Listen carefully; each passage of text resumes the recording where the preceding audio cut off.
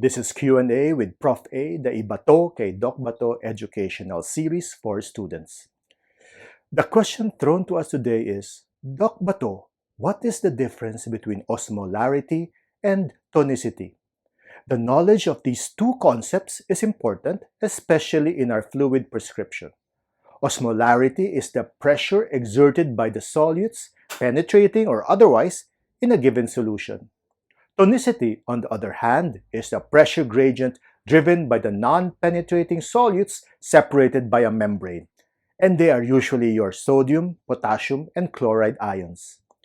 Think of tonicity as Samson pushing against two pillars.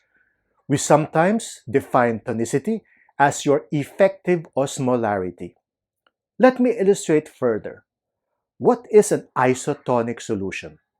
An isotonic solution will contain a minimum of 300 milliosmoles per liter of non-penetrating solutes, which is usually sodium, regardless of the osmotic concentration of penetrating solutes like glucose. D5NR is isotonic, but due to the additional 5 grams of dextrose and other penetrating solutes plus sodium makes it hyperosmolar. If an isotonic solution is added to the ECF compartment, ECF osmolarity does not change and there is no osmosis through the cell membranes. The only effect is an increase in the ECF fluid volume. Sodium and chloride remain in the ECF just like Samson in between the pillars. If a hypotonic solution is added like plain water, the ECF osmolarity becomes dilute. Thus, water moves from the ECF to the ICF until both compartments have the same osmolarity. Both ICF and ECF volumes increase, leading to cell swelling and hemolysis. To avoid cell rupture, we add dextrose around 5 grams to make it isoosmolar and prevent water movement in between compartments.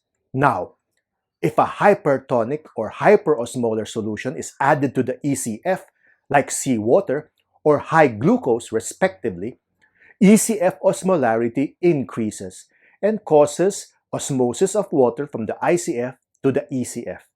The net effect is a decrease in the ICF volume or cell shrinkage and increase in ECF and ICF osmolarities for both hypertonic and hyperosmolar solutions. However, an increase in ECF volume or tonicity can only be seen using a hypertonic solution.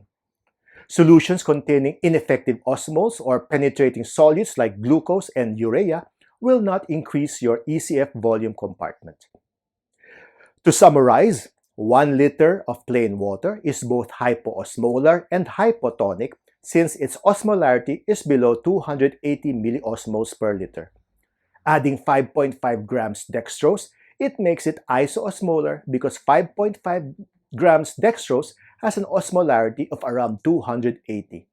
However, it is still hypotonic due to the absence of an effective osmole or non-penetrating solute like sodium. What if we add 140 millimoles of sodium in plain water? The osmolarity and tonicity are both 280, making it isotonic and isoosmolar. If we add both 5.5 grams dextrose and 140 millimoles of sodium, the osmolarity increases to 560 from the dextrose and sodium ions, making it hyperosmolar. But since glucose can easily penetrate in between membranes, sodium and chloride are left in the ECF. It makes the solution still isotonic. If we increase further the sodium concentration to 512 millimoles per liter, the osmolarity and tonicity increase, making it both hyperosmolar and hypertonic. For more high-yield concepts in fluid and electrolytes, do not forget to click the subscribe button.